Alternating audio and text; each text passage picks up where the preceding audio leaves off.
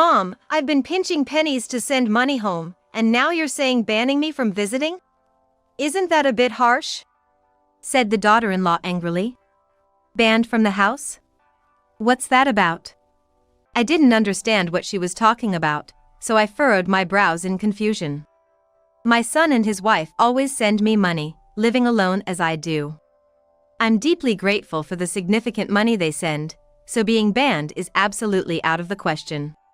Yet, why has it come to this? And not even a thank you? That's incredibly rude. Wait, can you explain a bit more about what you're talking about? Something was off. Something was wrong. I decided to calm down my agitated daughter-in-law and listen to her story.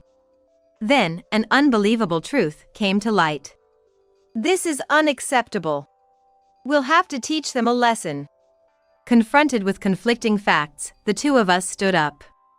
Thus, I and my daughter-in-law decided to take revenge on the person who caused this misunderstanding. I am Yulia. I've been a corporate worker living frugally with my son Richard since my divorce 10 years ago. Becoming a single mother, I didn't want my son to suffer, so I worked multiple jobs desperately. Maybe my son felt lonely because of it, but I managed to combine the money I earned and the child support from my ex-husband to successfully send him to the private university he wanted to attend.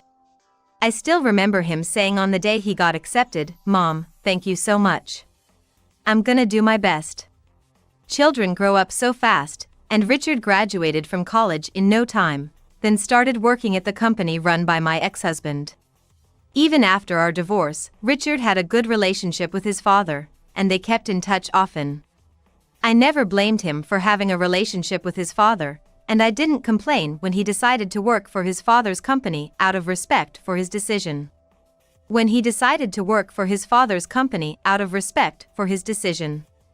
After becoming an adult, Richard married a woman named Natalie.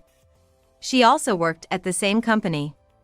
My daughter-in-law was not particularly friendly by any stretch. Even when we met to get acquainted, she was expressionless all the time, and even now that she's married to my son, I've never seen her smile. When we talk, she doesn't start conversations, responding only minimally to greetings and necessary dialogue. She probably doesn't like me very much. My son looked happy with her, so I didn't oppose their marriage and blessed their union. Upon marriage, my son moved out.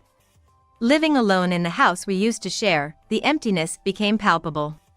While I was happy that Richard had successfully left the nest, I had braced myself for this day, but the loneliness still hit hard. The couple moved to a different city within the same state, so while I could see them if necessary, they weren't exactly close by. I was worried I wouldn't see my son much anymore after he moved out. Though I thought this, he would occasionally drop by even after getting married. At first, I held back because I didn't want to impose on his new wife, but he said, "I thought you'd be lonely if I just disappeared, Mom." He's truly a thoughtful son. The time we spent eating and chatting together was my healing time. "Thanks, Mom, the meal was delicious. And sorry, but..." When my son would come over, he would awkwardly ask for some spending money at the end of his visit. His wife Natalie probably didn't like it, but thinking about him still coming to visit made me want to give it to him. Besides, being newlyweds, they probably had a lot of expenses, like furniture. Sometimes he would ask for a big amount like $1,000, which might surprise me, but maybe he wanted to make a good impression on his new wife. I had given him money a few times as a thank you for visiting. Even though we are family, the way he respectfully bowed his head when thanking me made it feel worthwhile. I'm grateful that my son visits, but I've sworn to live each day without causing any trouble for him and his wife as much as possible. Perhaps it was this determination that led me to push myself too hard at work. I suffered a stroke at my workplace. According to the hospital, overwork was the cause. A coworker noticed something was off with me and quickly called an ambulance, but I was left with a disability. My walking speed has decreased, and I've lost my sense of balance, making it necessary to lean on something to stand up or change direction. Walking alone became difficult. Perhaps if I had eased up on my work, this wouldn't have happened. How am I supposed to explain this to my son? After being told I needed to stay in the hospital for a while, I called my son to let him know about my situation and that I wouldn't be able to come home. Richard and Natalie rushed to the hospital immediately. "Mom, are you okay? I heard about the walking disability." Richard burst through the door and rushed to my bedside. With a worried look, he gently held my hand. Natalie followed him and stood beside him, as calm as ever. She was expressionless as usual, and it was hard to tell what she was thinking. Her cold gaze seemed to say that this was a hassle. "I really can't burden them. Thanks for both coming, but I'm fine." "You're obviously not fine. You're in the hospital. We're gonna visit you often." "It's okay, you don't have to. You tend to overreact." "It's not an overreaction. I'm worried about you, right, Natalie?" When Richard sought her agreement, Natalie reluctantly nodded. Even though I felt uneasy about Natalie, I was internally happy that they were coming to visit. From then on, the busy working couple would visit me on weekends. The conversation was mostly between Richard and me, while Natalie quietly handled things like changing clothes or arranging the visitation gifts. It was fun to talk with my son, but the distance between Natalie and me didn't seem to close. Even when I said thank you, she would just reply in a low tone, "No problem," without much warmth. Then one day, Richard came to visit alone. Before I could ask how Natalie was, Richard started speaking. "Hey Mom, I've been thinking of sending you some money from now on." I was surprised by the sudden suggestion. I never expected my son, who had been asking for pocket money, to offer such a thing. "I shouldn't take it," I said, but Richard just gave me a gentle smile. "You quit your job, right? With your disability, it's gonna be tough after you leave the hospital. It's better to have some money." Because of my walking disability, I had quit my job since I couldn't work as before. I planned to look for a job I could still do, and with my savings, I should be okay for a while. "That's okay, you and Natalie earned that money, use it for yourselves?" "What are you talking about? You put me through college. Let me repay you and show my gratitude." With such a strong offer from Richard, I decided to accept his generosity. I wanted to cherish the thoughtfulness of my son, who was always thinking of me. I was proud to see how much he had grown. From that day, Richard began visiting the hospital alone. With a guilty look, he would hand me $10. "Sorry, this is all I can give right now. I was planning to give more, but Natalie gets upset. She says we should prioritize our own family first." "No, I'm just happy you're sending anything.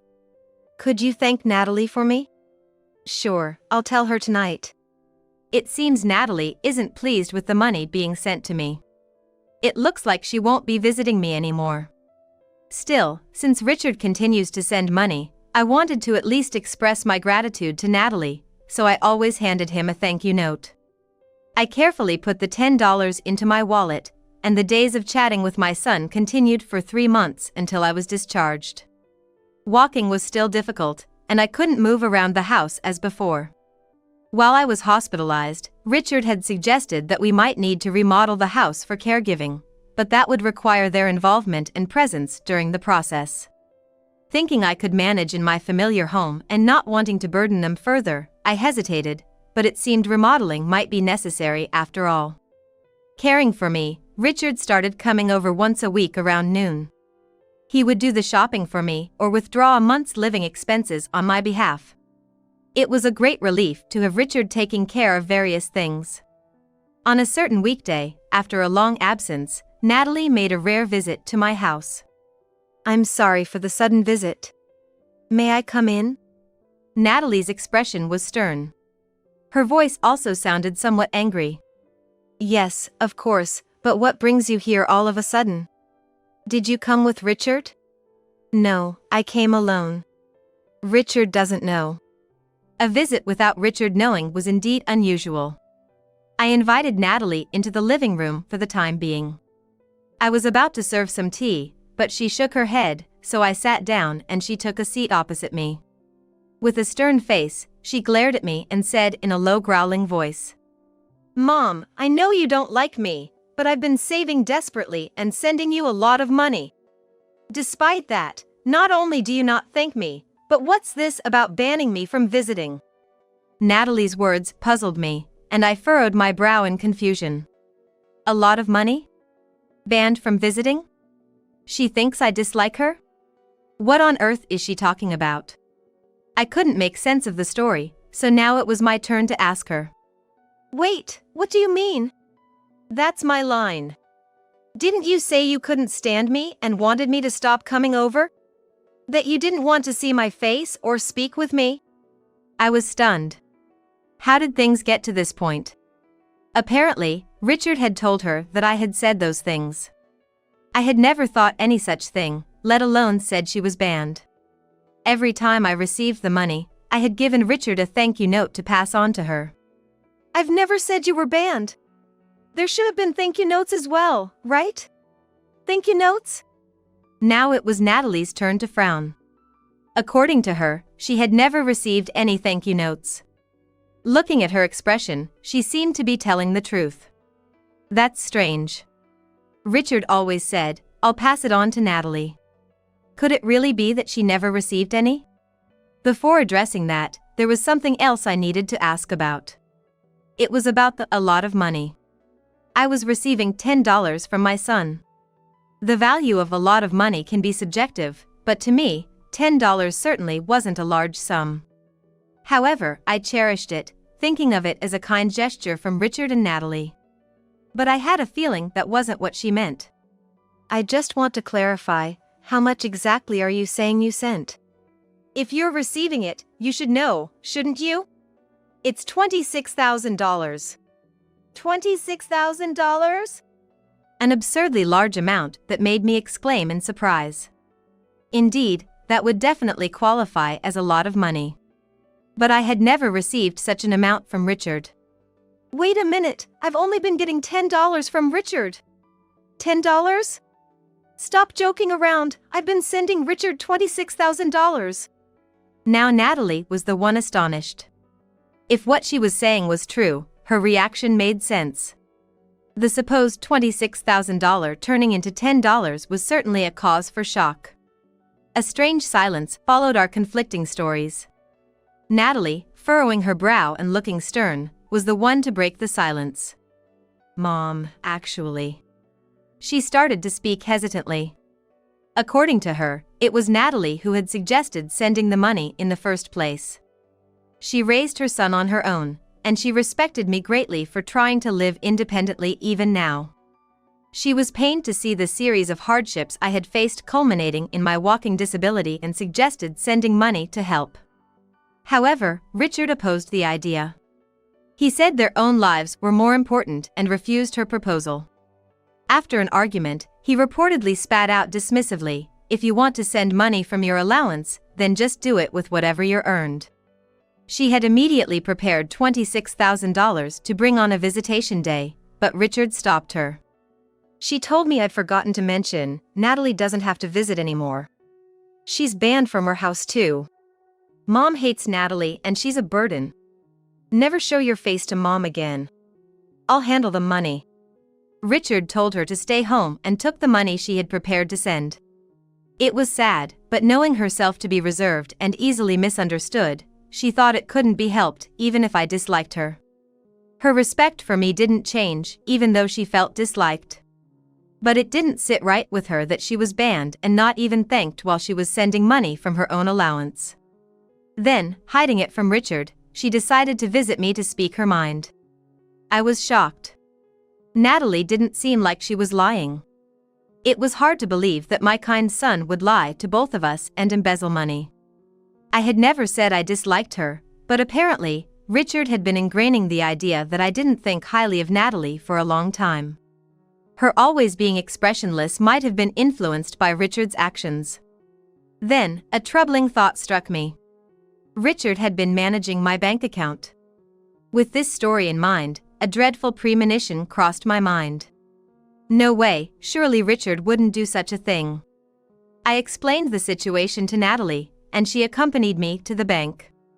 Nervously checking my bank account, I was shocked into silence. "The balance is lower. The amounts Richard had been giving me and the figures in the bank account clearly didn't match. Richard had been skimming money. I could hear my trust crumbling inside. Natalie gently patted my back, offering consolation. Lost for words from the betrayal, she quietly spoke up. I hate to bring this up now, but Richard said he's staying at your place again this weekend. I'm sorry, but could you ask him to cut back on the frequent overnights? He doesn't come home at all during the weekends. Hearing the word overnights, I looked at Natalie. This weekend again? Richard has never stayed overnight. He comes in the morning, eats lunch, and leaves. That was the case last week too. It's always like that, so I assume it will be the same this week. Natalie's face fell. It seems Richard has been telling her he spends both weekend days at my house, but he doesn't return home. However, his visits are at most half a day long. Since his marriage, Richard had said Natalie would be lonely, and he never stayed overnight at my home. With a saddened expression, she murmured, "I understand," and we parted ways.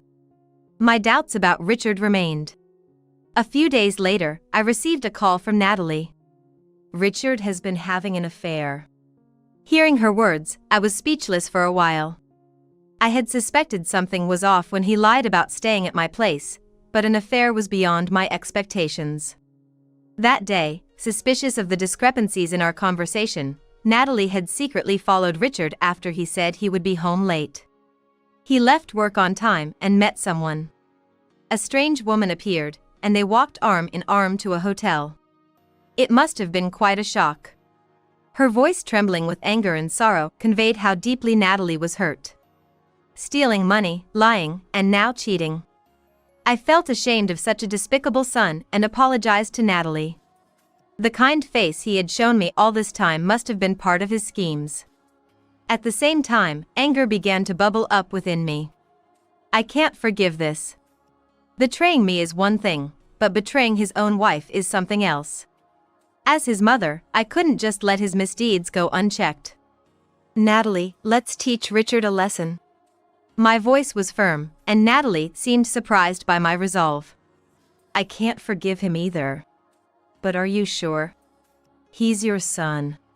He's my son, and that's exactly why I need to correct him. He needs to understand what he has done. Natalie nodded vigorously, following my lead. Together, we decided to take action against my son. The following weekend, Richard came to my house as planned. After lunch, he began preparing to leave rather quickly. Natalie had told me that Richard said he would be staying at my house that day, but obviously, he had no intention of staying. He likely had plans to meet his mistress.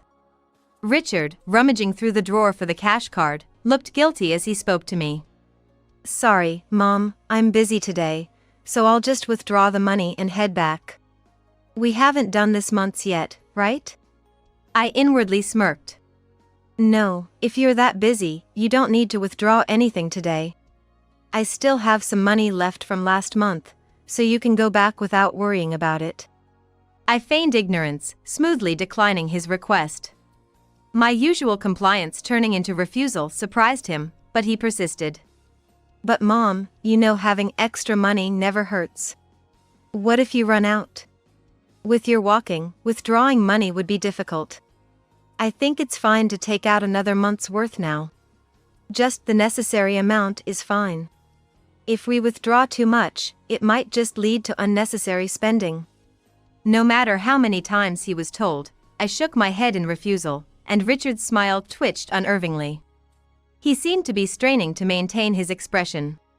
After frowning as if he was in a losing position, Richard then pleaded in a cajoling voice. It was a typical tactic of his. Then, I really hate to ask, but could you lend me some money? I'm in a bit of a bind. You know, Natalie gets mad about the money I send you. Instead of sending money and getting scolded, he should just stop sending it. I bit back the retort, forced a smile, and shook my head gently. Sorry, I actually have to run an errand soon, so I can't help you with money today. Maybe next time. All right, I'll just take the cash card then. That way I can get you the money quickly when you need it. It seemed like Richard realized that pushing further was futile after being denied 3 times. However, he still took the card and left the house. Normally, I would insist that he not take the card, but today, I let it slide. As soon as he left, I called Natalie. Natalie, Richard just left the house. Understood. Let's go. I had asked her to wait nearby my house, and with her help, we secretly followed Richard. He entered a convenience store and stopped in front of the ATM. Why can't I withdraw any money? Is this piece of junk broken? Richard's voice was irritable. He couldn't withdraw money and was cursing loudly. The reason was that he couldn't withdraw from my bank account. Richard, what are you doing? I told you today you didn't need any money. What? When I called out from behind him, Richard's shoulders jerked in surprise. He had been so focused on the ATM that he hadn't noticed our presence at all. In fact, I had changed the account's PIN a little while ago. Today was supposed to be the day he withdrew money for me. I assumed he was counting on my money, especially since he probably had plans to meet his mistress later and would need it. If he was the type to siphon off someone else's money, I figured he would head to the ATM regardless of what I said. I figured that someone who takes money without permission would head to the ATM regardless of how much I refused. My suspicions were confirmed. The plan was to catch him in the act of trying to withdraw money without permission. Mom? And Natalie? Why are you here? Richard was clearly shocked, not expecting us to be there, sweating profusely with disbelief written all over his face. He was sweating profusely, with disbelief written all over his face. Natalie quickly grabbed his arm. Let's go back to your mother's house for now. You know why, don't you, Richard? Richard stayed silent, not uttering a word. Quietly, he was led back to my house, and we sat across from him at the table. Natalie was seated next to me. You were trying to take money from my account without permission, weren't you? And I heard you've been skimming from the money Natalie sends too. She says she's been sending $26,000. Where did the rest go? What are you talking about, Mom? You believe Natalie over your own son? I would never do such a thing. As I pressed him calmly, Richard frantically denied everything. Then Natalie interjected. Quit the poor act, Richard. On top of everything, you're even cheating. Cheating? That's outrageous, stop slandering me. Where's the proof? Despite our confrontations, Richard continued to make excuses, clearly determined not to admit any wrongdoing. He seems determined not to admit any wrongdoing. Can you still make excuses after seeing this? I show the bank account balance, while Natalie confronts Richard with photos proving the affair. At that moment, Richard's face turns pale. His usually evasive mouth finally shuts. There's no escaping it now. However, sweating profusely and silent, Richard suddenly slams the table loudly. What's the big deal? So what if I cheated? Natalie, why do you give her the money instead of me? Give it to me. Pointing and shouting, Richard suddenly becomes defensive. He was gentle in front of me, but in front of his wife, he was like a tyrant. I had never seen this side of my son before. Now he points at me, shouting angrily. You say not to withdraw money. But it's only natural for you to give me money after making me feel lonely with just one parent around, isn't it? Every time I came over, you gave me money. Just be an ATM and don't talk back. Now I'm the one left speechless. I thought I was helping by fulfilling his wishes, thinking he felt lonely. But it turns out, I was just a convenient ATM to him. All those kind expressions were just a facade. I'm completely disillusioned by my son's drastic change. If that's how he thinks, I'm done holding back. To cheat and then tell your mother something like that is unbelievable. I want a divorce. I can no longer see you as my son. You're going to return all the money you took without permission. And make sure you repay Natalie too. Both of us make it clear, and then Richard starts to panic. Seeming distressed by the situation, Tears fill his eyes as he frantically shakes his head and looks pleadingly at both me and Natalie. It's not like that. There's a reason for everything. His continued excuses were frustrating, even for his own mother. Gesticulating wildly, he begins his excuses again, looking like a pitiful abandoned puppy. You wouldn't know this, Mom, but Dad's business failed and he's been struggling with money. That's why I've been taking money to help him. What an excuse. Once again, I'm astounded by my son pulling his father into this. Oh really? I didn't know about that. Let's call him right now then. What? Richard's voice falters against my composed demeanor. I take out my smartphone without hesitation and dial my ex-husband. He probably thought mentioning the name of my ex-husband, whom we divorced, would get him off the hook from my questioning. Richard seems to believe that my ex-husband and I divorced on bad terms, but it was actually an amicable separation. I still occasionally talk to my ex-husband, especially since he knew about my walking disability. It's me. I heard you failed in business and are struggling financially? No, everything's going well here. Who said that? It was Richard. He said he's been taking money from my account to help you because you're in trouble. What's going on? While Richard panics, I explain everything to my ex-husband, who growls with contained anger. What? I understand the situation. I'll thoroughly investigate if Richard has been causing any trouble at the company too. Hearing this from her ex-husband, Richard turned deathly pale. Even within the family, he was causing such problems. It's possible he was involved in some serious misconduct at work too. I'm sorry. If I had been able to properly educate him both as an employee and as a person, none of this would have happened. I truly apologize to Natalie as well. I'll make sure Richard takes responsibility and compensates. I nodded and hung up the phone with my ex-husband. But it wasn't just the ex-husband's fault. This isn't it. Please forgive me, Mom. My son, still half crying, clung to me, but I knew I couldn't coddle him any longer and glared at him sternly. You betray your own wife and then try to blame others for the money you've stolen. Shame on you. Richard, I'm disowning you. No way. I was done letting him leech off me. Unable to make excuses and not forgiven, Richard slumped to the floor in despair. And so, the drama with my son came to a close. Afterwards, Richard and Natalie's divorce was finalized.